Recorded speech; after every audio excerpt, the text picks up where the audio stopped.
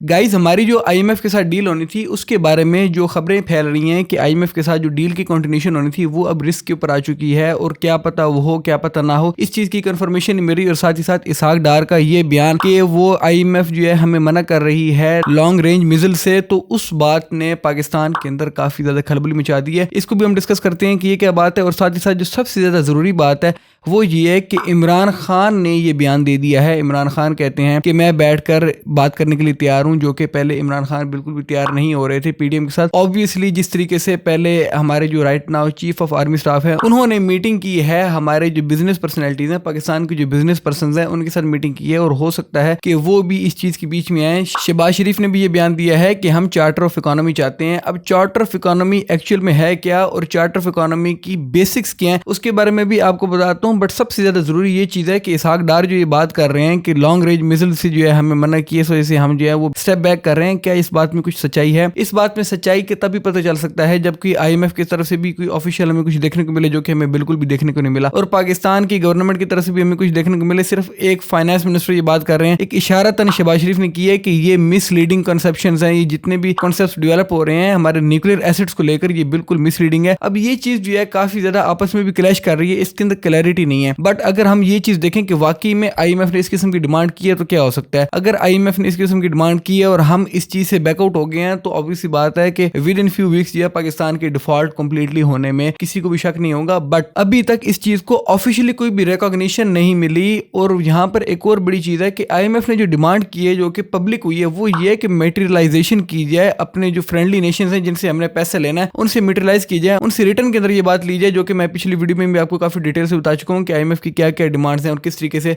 वो लेकर चलेंगी। इसके साथ साथ जो डेवलपमेंट है वो ये है कि इमरान खान राजी हो गए हैं। इमरान खान राजी तो हुए हैं, लेकिन यहाँ पर एक चीज देखनी बहुत ज्यादा जरूरी है कि जो चार्टर ऑफ इकोनॉमी की शहबाज शरीफ बात करते हैं that's completely a different thing. वो बिल्कुल ही मुख्तलिफ चीज है। चार्टर ऑफ इकोनॉमी बेसिकली ये होती है कि जितने भी हमारे पाकिस्तान की पॉलिटिकल पार्टीज हैं वो अपने इकोनॉमिक पॉइंट ऑफ व्यू को एक सिंगल पेज के ऊपर लाएंगे, मतलब कि सबका एक ही पॉइंट ऑफ व्यू होगा इकोनॉमी को लेकर, पाकिस्तान की इकोनॉमिक डेवलपमेंट, इकोनॉमिक ग्रोथ को लेकर कोई भी उस पॉइंट से आगे पीछे नहीं होगा। इसके अंदर एक बहुत बड़ा तजाद है। देखने में तो ये बहुत अच्छा लग रहा है कि भी सारी पॉलिटिकल पार्टीज जब एक लाइन के ऊपर आ जाएंगी तो ये है वो काफ़ी ज़्यादा हमें इससे डेवलपमेंट्स देखने को मिलेंगी। लेकिन यहाँ पर प्रॉब्लम ये है कि Pakistan is a democratic country और पाकिस्तान के अंदर हर पार्टी की एक अपनी इकोनॉमिक पॉलिसी है और उसको इंडिपेंडेंट पॉलिसीज को लेकर चलने का मुकम्मल तौर के ऊपर हक है। ये एक्चुअल में वो हक पॉलिटिकल पार्टी से छीन लेगा कि वो अपनी पॉलिसीज को लेकर चलें। जिस तरह इमरान खान की अपनी पॉलिसी थी, इमरान खान की बड़ी ही ज़बरदस्त किस्म की एक पॉलिसी थी कि हमने एक्सपोर्ट्स को किसी भी तरीके से जो है ऊपर लेकर जाना है, एक्सपोर्ट के ऊपर हमने कॉम्प्रोमाइज़ नहीं होने देना, किसी भी किस्म का कॉम्प्रोमाइज़ हम एक्सपोर्ट पर नहीं होने देंगे। एक्सपोर्ट को उसने बढ़ाने की बहुत ज़्यादा कोशिश की है, आईटी सेक्टर को हमारे बूम करने की कोशिश की है, फ्रीलांसर्स को जो उसने टैक्सेशन के अंदर माफ़ी दी थी कि 0% टैक्स जो फ्रीलांसर्स को दिया जाएगा कि उनको अपनी इनकम के ऊपर कोई भी टैक्स देने की जरूरत नहीं है। तो ये जो चीज़ है ये एक्चुअल में जब आपकी चार्टर ऑफ इकोनॉमी होगी तो चार्टर ऑफ इकोनॉमी के अंदर आप अपनी मर्जी की पॉलिसीज नहीं ला सकते। अब किसी की पॉलिसी क्या होती है, जिस तरह के मैं आपको ये नून लीग की पॉलिसी बता दूं, नून लीग की पॉलिसी बड़ी बेहतरीन और सिंपल सी होती थी, एक मोटरवे बना दो और साथ ही साथ कुछ कर्जे लेकर जो है कुछ और डेवलपमेंट दिखा दो, एक पुल शुल बनाकर दे दो, अवाम राजी है आपसे, आपको अगली दफ़ा वोट मिल जाएगा, दैट्स इट। इससे ज़्यादा आपको ना कुछ करने की ज़रूरत है ना आपको इससे ज़्यादा कुछ सोचने की ज़रूरत है, क्योंकि मुल्क ने ज़ाहिर बात है कि खुद ही तरक्की कर लेनी है, मुल्क से आपको कोई लेना देना नहीं है। आप तो इक़्तिदार में आए इसलिए हैं कि अपने सिर्फ और सिर्फ जो है वो पॉजिटिविटीज़ देखें और अपने बेनिफिट्स को देखें, बाकी किसी भी मामले से आपको कोई भी लेना देना नहीं होता। ये भी एक पॉलिसी होती है। इस पॉलिसी को भी बनाने के लिए बहुत ज़्यादा मेहनत की ज़रूरत होती है, जो कि वो लोग करते आए हैं और अब तक कर रहे हैं।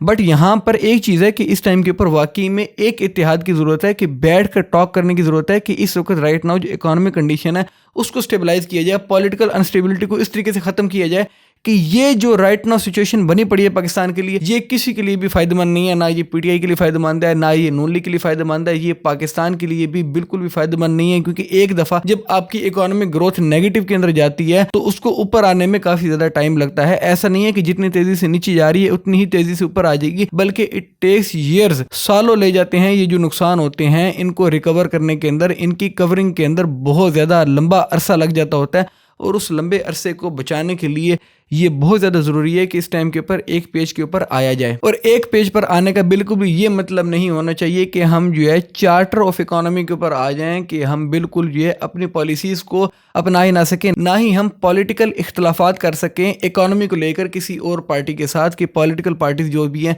वो सारी की सारी एक बाउंड हो जाएंगी इस चार्टर ऑफ इकोनॉमी के अंदर, जो कि डेमोक्रेसी के लिए फ़ायदेमंद नहीं है। डेमोक्रेसी जो है वो रूल तभी करती है जब फ्री स्पीच होती है, फ्री आपकी विल होती है, आप इंडिपेंडेंट पॉलिसीज़ बनाते हैं, जो कि पाकिस्तान में बनाना ज़रा मुश्किल है। लेकिन इस चीज़ की पाकिस्तान को अब बहुत ज़्यादा ज़रूरत है कि अब सबको पता लग गया है कि जो निज़ाम हम लेकर चलाते आ रहे थे और जिस निज़ाम के ज़रिए हम सब कुछ करते आ रहे थे, वो निज़ाम लॉन्ग लास्टिंग तो क्या, वो निज़ाम डिस्ट्रक्टिव निज़ाम था। और हमें डेमोक्रेसी के अंदर आने की ज़रूरत है। जब तक हम डेमोक्रेसी के अंदर मुकम्मल तौर के ऊपर नहीं आएंगे और हम अपने आप को नहीं साबित करेंगे कि हम एक डेमोक्रेटिक मुल्क हैं, तब तक काफ़ी ज़्यादा मसाइल इसी तरह से रहेंगे और इन मसलों को हल करने के लिए हमारे पास कोई रास्ता नहीं होगा। Well that's all for it दो। अल्लाह हाफ़िज़, टेक केयर ऑफ योरसेल्फ।